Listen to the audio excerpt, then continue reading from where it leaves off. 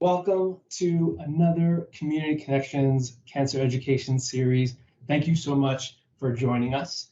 Happy Pride to everyone.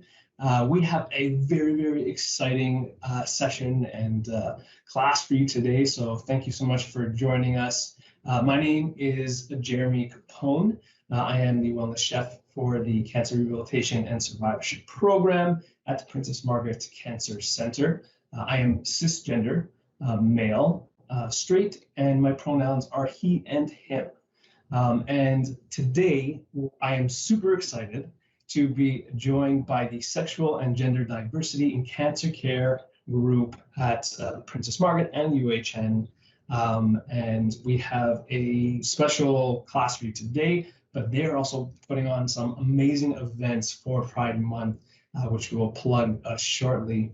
But to get started, we are going to be joined by Dr. Christian Schultz-Watt and the Sexual and Gender Diversity in Cancer Care team for a wonderful presentation. And then we are going to be demonstrating a special cooking and nutrition session, a chosen family backyard grill cooking demonstration to be specific, and that starts at 12 p.m. So you can stick around for that afterwards. Just a reminder that if you do have any questions throughout, there is a chat box there. And so you can absolutely ask your questions or comments, and we'll do our best to respond to those. But without further ado, the SGDc team. Thanks. During June, Pride Month and Indigenous History Month, the UHN acknowledges that it is on the traditional territory of the Mississaugas of the Credit, the Anishinaabe, the Chippewa, the Haudenosaunee, and the Wendat peoples, and is now home to many First Nations communities, including the Inuit and the Métis peoples. We also acknowledge that Toronto is on the Treaty 13 territory that has been signed with many Mississaugas of the Credit, and Williams treaties also signed with multiple Mississaugas and Chippewa peoples. We are grateful for this opportunity to work and learn on this territory. We also acknowledge that this is the history of Two-Spirit and trans people across the globe, the Hira, which are the trans people of South Asia, the Mahu of the land that we now call Hawaii, the Muxe of Mexico, the Katoi of Thailand, the Two-Spirit and Indigenous peoples of North America and Canada, which have had a long history of gender fluidity and have played a sacred and honored role in our communities before colonization. Today, we give our thanks to those ancestors. Hello and welcome everyone out there. So glad you can join us. Thank you very much for joining the Sexual and Gender Diversity group in Cancer Care here at Princess Margaret and the UHN. My name is Dr. Christian Schultz-Watt. My name is Margaret Kennedy. And we are both the co-leads of the Sexual and Gender Diversity program in Cancer Care. These are our wonderful colleagues and friends in the program. And over the next couple of minutes, we would like to introduce you to, what our work actually means and why we think it's important to talk about it. So because we want to do this, I kind of thought that we go around and introduce each other so that people out there know who are working day and night for this particular topic. And Brendan, why don't we start with you? Is that all right? Yeah, for sure. So my name is Brendan. My pronouns are he and him. I'm a cisgender male who is straight, and my connection to the SGDc is I remember back in high school, my sibling came out as agender. And I just remembered there was so little that I actually knew about at the time, and I really wanted to change that in medicine. My role at Princess Margaret, I'm a research analyst and the social media coordinator with the SGDc. So when you say social media coordinator, what does that actually mean? What's social media about our work? Yeah, so we try to incorporate SGDc into social media to educate healthcare providers and also sort of let patients know that we are advocating for them. We do that through Twitter and Instagram.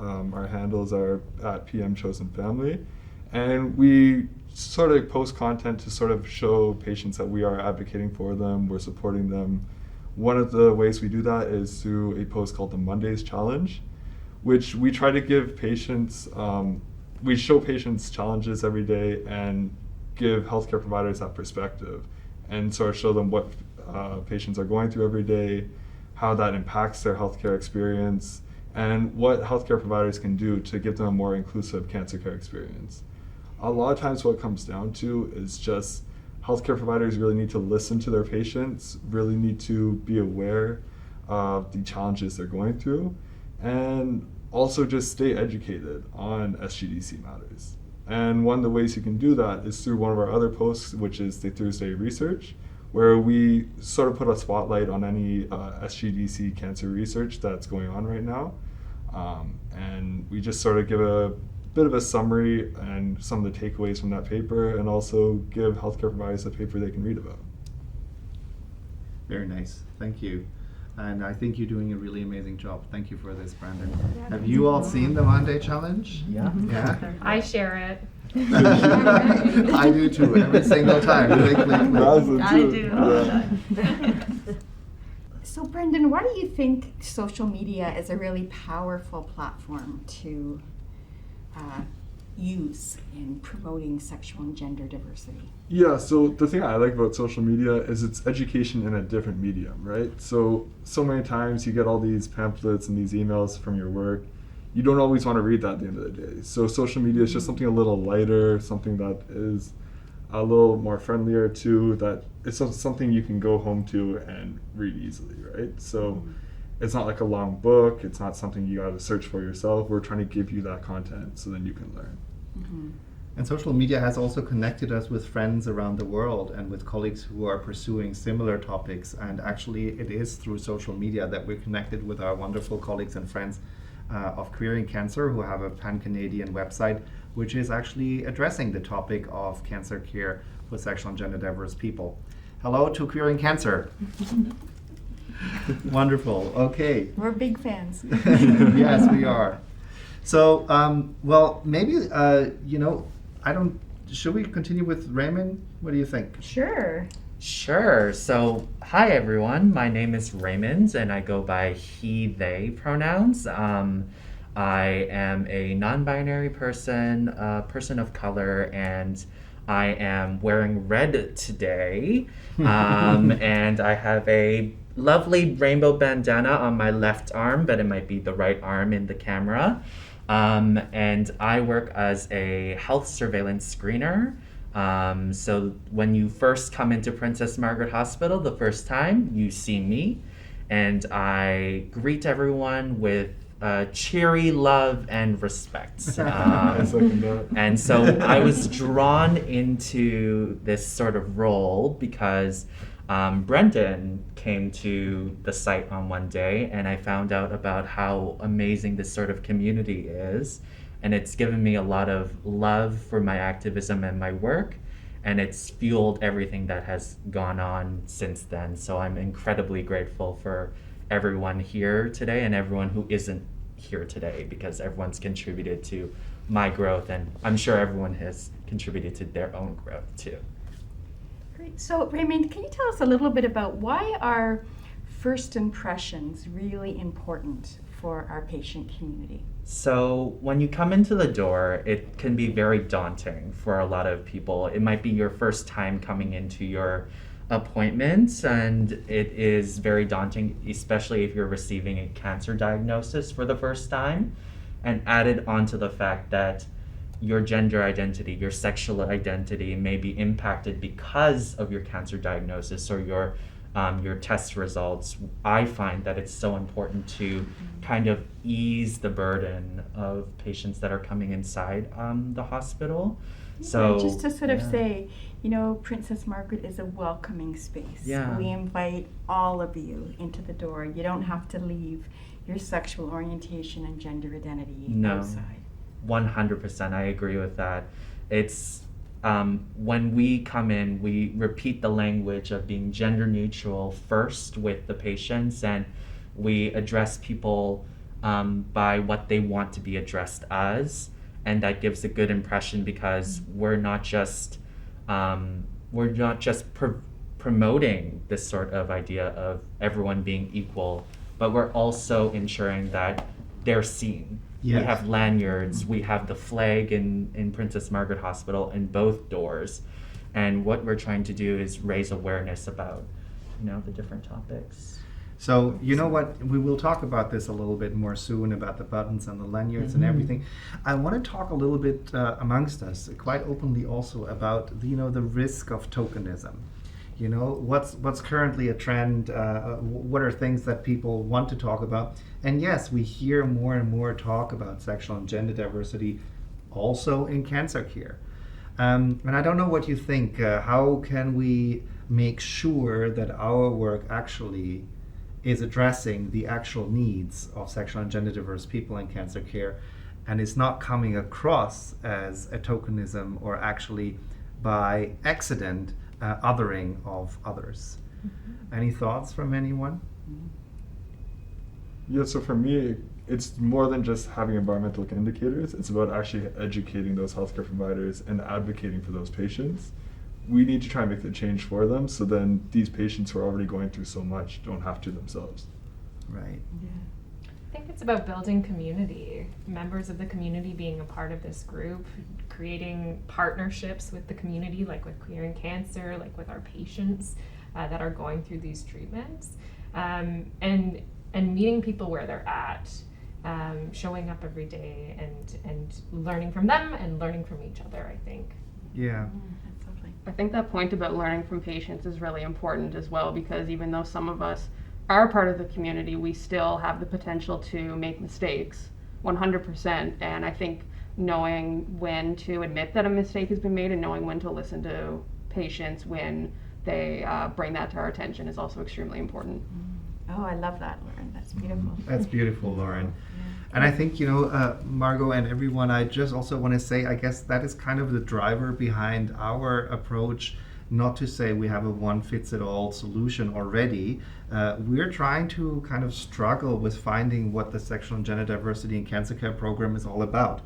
And so we're reaching out to the community. We're reaching out to you people out there. And we want to hear from you. What do you really think? Does Princess Margaret, what does UHN have to learn so that we can change what we're providing? We've been talking about the fact that, probably what we do not need is a labeled particular specialist in a particular field who, is going to be a specialist in LGBTQ care, because whether I'm sexual and gender diverse or not, I'm still going to have the same cancer treatment than everyone else. But what might be important is that I understand that my identity and my personhood is not ignored, actually is embraced, welcome, and that I can have a place, a safe space in which I can articulate who I actually am. So we're still trying to find out what's best and what will work the best, and I hope that you guys will help us. Yeah, and I think, we're looking at working with such an incredibly diverse community that it's going to, take a little bit of work to make sure that everybody's heard, that everyone's included. But it's also, I think, more than just hearing people, which is so important. But for me, the next step is taking action, that when we hear people, especially people say the same things over and over and over again, and there's some really common themes that we hear, is to start to do something about it.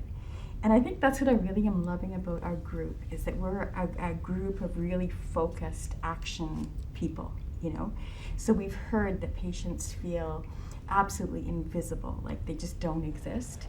So we've started, to make some steps to make to us LGBTQIA issues visible.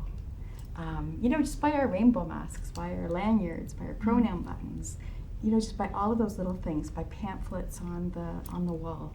On that note, Yes. why don't we hand it over to Naslin, and she can tell us a little bit more about our buttons. All right, we love the buttons. Let's go for it. Yeah, hi everybody. My name's Naslin. I'm a specialized oncology nurse. I work at Princess Margaret Cancer Center, and I've been working there for about 24 years now. My Amazing. pronouns are she, her, and I am Muslim with brown hair, brown eyes, brown skin, and I'm an ally. Wonderful. Well, Naslin, tell us a little bit more about Buttons and our Buttons project. Yeah, pronoun buttons. Why do we have pronoun buttons and why are they important? Really, it's one word and it's respect. Yes. Nice. You call people by their name. I mean, that's one way that they identify themselves, but it's also people have pronouns and that's how they also identify themselves. And it's important to know those pronouns because people can easily get misgendered. You look at transgender people who maybe have transitioned and now they are identifying differently. But if you don't know if they don't actually have the opportunity to let people know what their pronouns are, then they can easily get misgendered. But pronoun buttons actually open a doorway for a discussion. I had a colleague of mine who was bringing in a patient with her partner, and the partner said to her, "Oh my goodness, I love your pronoun button." And my colleague said, "Well, you're wearing a button too. I love your button." So she took her button off and gave it to my colleague. Oh. And my colleague now is wearing that pronoun button. And my colleague said to her, "You know, we all just really need to be treated with dignity and respect." And that button that she has doesn't just have pronouns, but it also says we are all human. Oh, that's so Wow. beautiful. Yeah. It's amazing. It is beautiful and amazing. And as you say, we're all human. I want to bring up the topic of allyship. And I want to ask you specifically, Naslin, what does allyship mean to you? What is the relevance of it to you? So allyship is really standing up and not just accepting what's happening, standing up for people who might not be able to have a voice at the time. So being able to say to someone that, you know what you said wasn't right, and this is how you should be speaking to somebody. Thank you. Wonderful, Naslin. And who would ever, like, you're such a proof of how important allies are. So thank you for that and being such a role model. Thank you. So Samantha, can you introduce yourself and talk a little bit about why this group is important to you? Sure. So, hi everyone. I'm Samantha. People call me Sam.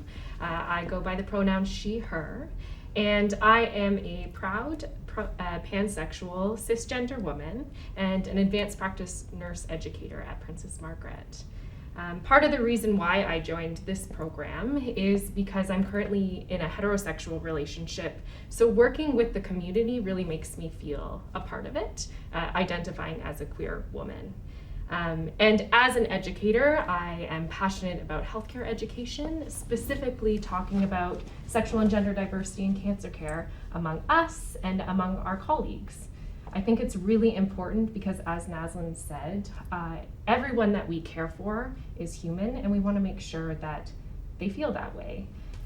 In my experience, the vast majority of my peers are interested in learning more, but we've had limited education, especially when it comes to sexual and gender diversity in cancer care and the unique experiences that the community goes through with a cancer diagnosis. So what's been great about being in this program is we've had a lot of opportunity to initiate some education sessions. We've been working in conferences, we are working on publications, and we've started an exciting project building an education module for healthcare providers to gain access to more insight into what our patients need. Thank you so much, and we're really grateful that you've joined the team because you have so much expertise that you're bringing in. Thank you. Yeah. So happy to be here. Thank you so much. Well, it's wonderful to have everyone here, and everyone has a particular angle that they bring into the group, and that makes our group so special. We're trying to very much focus actually on two main principles, and those are safety as a community, as a group, and also collaboration. We think in academic work, especially in a big university organization like this, we feel it's really, really important to stress how important collaboration between professions and between disciplines is. So on that note, taking it over to Lauren, take it away. Great. Hi everyone, my name is Lauren. My pronouns are she, they. I'm a 24-year-old queer woman. I'm a research analyst and graduate student at the ELLICSR Health, Wellness, and Cancer Survivorship Center. And I'm also a PhD student at the University of Toronto Dal Allana School of Public Health. And I came to this group because I'm a queer person with a family history of breast cancer. As well, both of my grandmothers passed away due to cancer before I was even born, so cancer has had a really large impact on my family for the entirety of my life. So that's why I was really interested in becoming involved in this group when I came here from Newfoundland for my PhD. So I was really excited when Christian and Margot approached me about the needs assessment that we're in the process of conducting right now. And I think that our group in particular is in a really unique spot with this needs assessment because we're, as far as I know at least, we're one of the few programs like this in the entire country right now. Am I right in saying that? I think you'll be right, and I hope it's going to change very soon. Hopefully. So we have the opportunity to make a really huge impact with this needs assessment, not just because of that, but because we're really trying to make change locally. As a researcher, one thing I've seen is that oftentimes people will conduct research, but the implementation part of that research can be lacking sometimes, not through anybody's fault. It's just kind of how that cookie crumbles sometimes. So we're kind of trying to eliminate that problem by going to patients and their caregivers and chosen family members, as well as healthcare providers and administrators, to really ask them, what could an SGDc program do to benefit you? And what are some things that are happening at Princess Margaret right now that are maybe barriers to you receiving the care or the education that you want to be receiving? So I think that that'll be a really good way to really hear from people that are on the ground in various capacities, what can be improved and what a program could do for them. So great. Yeah. So maybe we should just do a little plug to our website and social media, to keep in touch. And we really are hoping that we'll have patients and chosen family and caregivers interested in helping us with this really important research. Brendan, can you tell us our contact info? Yep, so you can reach our social media on both Twitter and Instagram.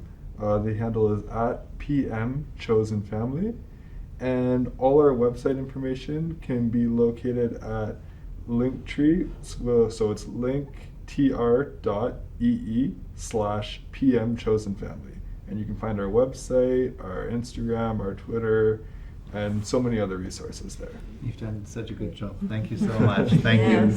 And you'll see it here on the screen as well if you want to just follow it with a little QR code scanner. So we're looking forward to seeing you there. But before you leave, stay with us. There are a few more people here that we want to introduce to you. And Paige, just handing it over to you. Do you want to introduce yourself to everyone? Yeah, for sure. Hi everyone, my name is Paige. My pronouns are she and hers. I work as a radiation therapist at Princess Margaret. I'm also a master's student at the University of Western Ontario. A short description of myself, I'm Asian, cisgendered, I have dark hair, dark eyes, wearing a black t-shirt, and I have a rainbow bandana on my arm. So my topic of discussion is lanyards. So these beautiful lanyards were organized by this group here. Yes, exactly. And like the pronoun buttons, they offer a door to discussing, like pride themed topics, and it really, it's bright and you have so many colors on there, and it allows patients and healthcare providers and caregivers to, see that they are supported by within their community and in the hospital. And it's a lot of the times in the hospital we are in a predominantly heteronormative environment, and having these lanyards, they are a visible sign of support for these patients, and it's it's something that's Yeah, no, I mean it's important to you, right? And it Yeah, is no, really for something that sure. you care about a lot. Now, I want to ask you, when you first had your first lanyard in your hand and you were like about to put it on, do you still remember that moment?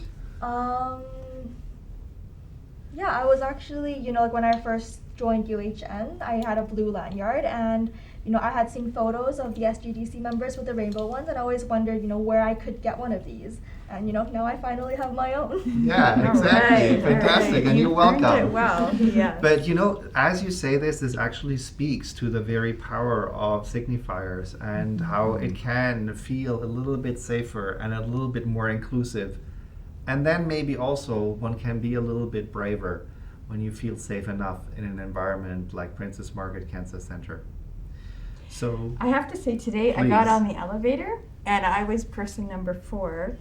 And the other 3 people all had rainbow lanyards. And I didn't know them. I just said, we're a club. So please be part of the club, all staff out there. Contact us or talk to Andrew at the information desk, and we'll do our best to get a lanyard to you.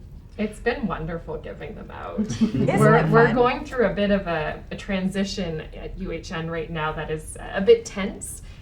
So it's been really nice when people are like, hey, I like your lanyard. I'm like, oh yes, let me get you one. Because it's just so nice to give gifts while everyone is under a bit of stress. So it's been very positive. It was a great time to roll them out. There we go. Sam, thank you so much. And actually, this leads us over perfectly to Jen. Please go ahead, Jen. Hi everyone, I'm Jen Croak. I'm a radiation oncologist at the Princess Margaret. I treat breast cancers and gynecological malignancies. I am a white, cisgendered woman who identifies as gay. I discovered the the Sexual Gender and Diversity Group. I always get the acronym wrong, so I'll just say it out loud. I discovered the group a little over a year ago.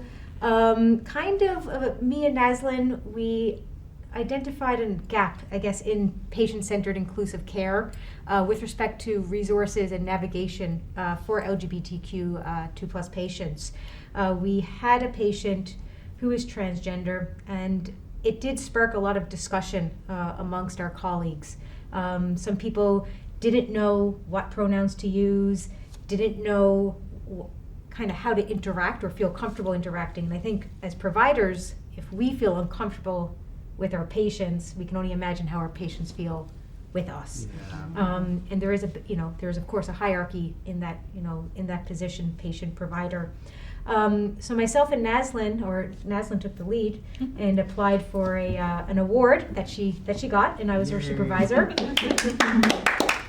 And we started to do a needs assessment of healthcare providers, looking at knowledge, attitudes, and practice behaviors when interacting and caring for LGBTQ2+ patients. And that was really kind of phase 1 into the ultimate goal of creating education, learning, training materials for providers within our site group, but then within all of Princess Margaret, and then even on a provincial, national level. And it was through that project that we met Christian a little over a year ago, and their mission and their goals with respect to education, research, clinical practice really aligned with what I've wanted to do in promoting inclusive patient-centered care at Princess Margaret. Well, Jen and Naslin, we've always referred to both of you as our pioneers. So again, we really appreciate your initiative, your kind of first official research project in this area that happened at Princess Margaret. And I think this is also a theme that we hear over and over and over again from patients, is the whole need to educate healthcare providers. And I know Christian has pointed out to us very often that the will is there, that healthcare providers really want to do better, but they just need more information and training around the communication piece. Yeah. And so, Jenna, I just also want to ask you, is there something that is really particularly important to you being in this group? Is there a particular topic that really you care about the most? I think it's, improving the patient experience. I do a lot of research on patient-reported outcomes, patient education, improving the patient experience. And so I think all the work we do is really focused on that. And so it's really nice to find a group whose priorities align with my personal and professional academic interests. And I think at the end of the day, we just want to make sure that all of our patients are cared for in an equal way. So I think promoting the group, promoting provider education, advancing research as well, because that shows data, and data is very meaningful. You know, stories are nice, but actually proving it through research questions and advancing LGBTQ healthcare and cancer care is, very important to me. Thank you for that little prompt, because that directly leads over to me. Hello there. My name is Christian. Hello. I am one of the co-leads of the Sexual and Gender Diversity in Cancer Care program. I'm a cancer psychiatrist working out of Princess Margaret and with the Center of Mental Health at UHN. And well, my work is mainly based in talking to patients who are struggling with cancer, or who even before cancer had mental health issues that brought them to me in connection with their cancer care. And the work we're doing together is wonderful, it's amazing, but it also really has a big problem. And that's why I say, Jen, you really prompted me in the right direction. We don't have the statistic data. We don't really actually know how many patients at PM identify under the queer umbrella if they want to self-identify. And we do know from research that the biggest hindrance, the biggest roadblock for us to actually bring about substantive, systematic change is that we don't have the data to say, look, this is the problem, this is what we need to change. And so it's with great excitement that I can tell you that since June 4th, 4 a.m. in the morning, UHN has a new documentation system. Yay! And we're actually now in a situation where all of our patients have the ability to actually check in with their own mobile phones and let us, the healthcare provider teams, know what pronouns you want us to use, what gender identity you feel comfortable with and identify with, or if you want to share the information, which sexual orientation you want us to be aware of. So this information is really, really fundamental for us to understand better the situation here at Princess Margaret and UHN. And we very much hope that we're going to inform policy and systematic change in healthcare through this new documentation system, which now includes all these aspects. Yeah, so much about me. I've been talking so much already. Now to our most central core person in the group. Margot, tell us about you. Ready. So my name is Margot. My pronouns are she and her. And I identify as a lesbian. And I am so happy to be a co-lead with this group and to have the privilege really to work with all these wonderful, wonderful people. I think one of the things that really drew me to this group and this whole issue is I lost my twin sister from cancer about 24 years ago now. So that really made cancer a really important issue for me. And also a part of who I am is being a lesbian, and that's so important. And I really want patients to feel very supported and free to be who they are when they come into cancer care. What else shall I say about myself? Well, this is very, very meaningful, and I don't know how everyone feels, but I think we all have our own story that brought us first and foremost to cancer care, but also brought us to working here in the Sexual and Gender Diversity in Cancer Care group. All of us have a story to share. All of us have a life that we've lived before we entered the doorways of Princess Margaret. We're interested in this life. We want to hear about your stories, and we want to hear how maybe cancer has altered, shaped, and transformed your life stories. We want to hear about those who are close to you and who are part of your chosen family, who might have been inflicted with cancer care and cancer treatment needs, and let us know about it. We want to hear from you. So I would say on that note, we've been talking a lot and we've been introducing ourselves. Is anything else missing?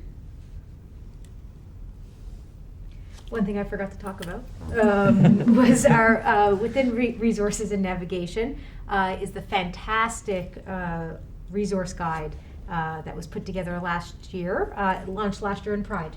And I believe Margot really took the lead on that, Margot and Christian, and just... It's Margot. And we have a fantastic update on this. Margot, Yes. please. Oh, so we have 25 new resources that are being added to the Community Resource Guide. And our hope is that it will be available on our website this Friday. Fantastic. So thank you to our patient education. This QR code here, just scan it right over my face, and then once you're there, you can get it right away. And is there any paper copies if people don't have access to technology, or is there Good any other point. mechanism? Good point. Yes. Yeah, we absolutely need to work on that. Yeah. So Not we right can this do- very moment, but we're going to work with cancer education and patient education to get this printed and get this out there so that people can have an actual paper copy leaflet in their hand or a brochure. Actually, it's almost Yeah. a book. It's a book. It's a binder. No. Okay. Yeah. But Well- it's good there's so many resources out there. We're so Amazing. lucky, you know, to be living in Toronto. And we're so lucky. I think that's one nice thing about COVID is that it's really created all of these virtual online resources that are now so accessible to people. I would say we all say goodbye to our audience for now. Maybe each person a very short goodbye, whatever you want to say. Sam, do you want to start? Sure. Thank you so much for joining us. It means the world to be a part of this community and to be a part of your journey, and couldn't be happier to be here. Pass it on to Naslin. Thanks everyone again just for joining us and for letting us into your home and just listening and being a part of our community. All right, thank you so much, everyone. I really appreciate you coming, and I hope you check us out on social media, and we'll continue to keep working to advocate for you. Thank you, everyone. From the bottom of everyone's heart here, I just feel that when you step into Princess Margaret Hospital, you'll see all of us and smile. Bye, everyone. Thank you so much for joining us, and happy Pride. Yeah, thanks everyone for joining us as well. You can pick up one of these lanyards at our Murray Street entrance. Thanks for joining. Have a great night, great afternoon, depending on what time this is being aired. Thank you very much for joining, and please let us know feedback on the session, and yeah, check out the social media for sure and our resource guide, and let us know what we can do for you going forward as we still have a lot we want to accomplish within this group. Well, and that leaves us with just wishing all of you out there a happy Pride. Thank you so much. Happy Pride! Awesome! Yay. Margaret, you were so Welcome back. Thank you again so much to the SGDc team. What a wonderful presentation. You're doing amazing work, and it's just great to learn a little bit more about what your group is working on in terms of our culture and diversity at UHN and Princess Margaret. So thank you all. Again, for more information about what is going on with their team and some of the events that they have planned, again, I'm going to plug your social media. So it's at PM Chosen Family, and that's on Instagram and Twitter. There's always some incredible content on there, so please do go check them out. And then in regards to Pride Month, we are going to start in about 10 minutes with our Chosen Family Backyard Grill.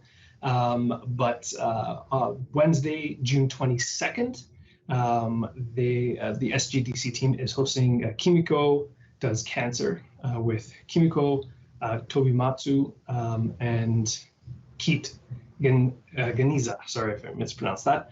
And then on Sunday, June 26th, is the Toronto Pride Parade. And so I think members from the SGDc team will be there. And so if you're planning to go, absolutely go support and have a lot of fun. So thank you again. My name is Jeremy Capone, and we're going to jump into my virtual kitchen. at 12 p.m. So in about 8 minutes or so, we're going to get cooking. We have a really, really exciting cooking demonstration planned for today. And then also just a mention that we are back with another Community Connections education series next month. So July, the third Thursday, I should have wrote this down, but the third Thursday in July, which is the 21st of July. So we will be back with another education series, so please join us then as well. Until we meet again, thank you so much for joining us. We'll see you soon in our kitchen.